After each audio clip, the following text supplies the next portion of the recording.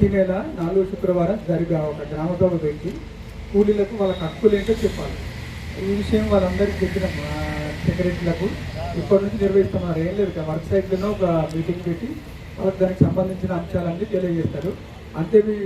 అదే కాకుండా కొన్ని నామ్స్ ఉన్నాయి, 7 రిజిస్టర్స్ మెయింటైన్ చేశారు. కానీ చిన్న చిన్న ఏంటంటే ఫిర్యాదు రిజిస్టర్ అని ఉంటుంది. ఫిర్యాదు రిజిస్టర్ అంటే మన వాళ్ళకి వచ్చినాయా అని దాదాపు ఎక్కడ కూడా దానిగా అంటే రిటర్న్గా ఫిర్యాదు ఇయ్యారు కాబట్టి మిల్లే ఉంటుంది.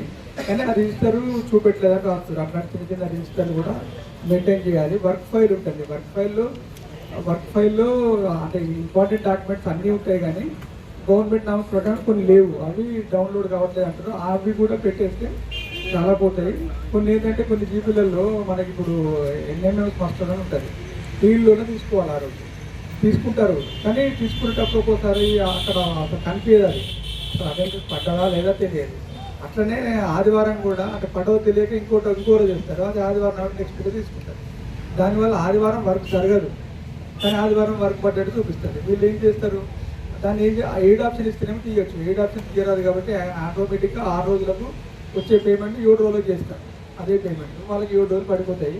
చిన్న చిన్న మిస్టేక్స్ ఉంటున్నాయి. ఇప్పుడు అవన్నీ రాకుండా చూస్తాం. ఎక్కడైతే ఏదైనా మిస్టేక్ జరిగితే వాళ్ళందరికీ కూడా ఈ రిజిస్టర్లోనే.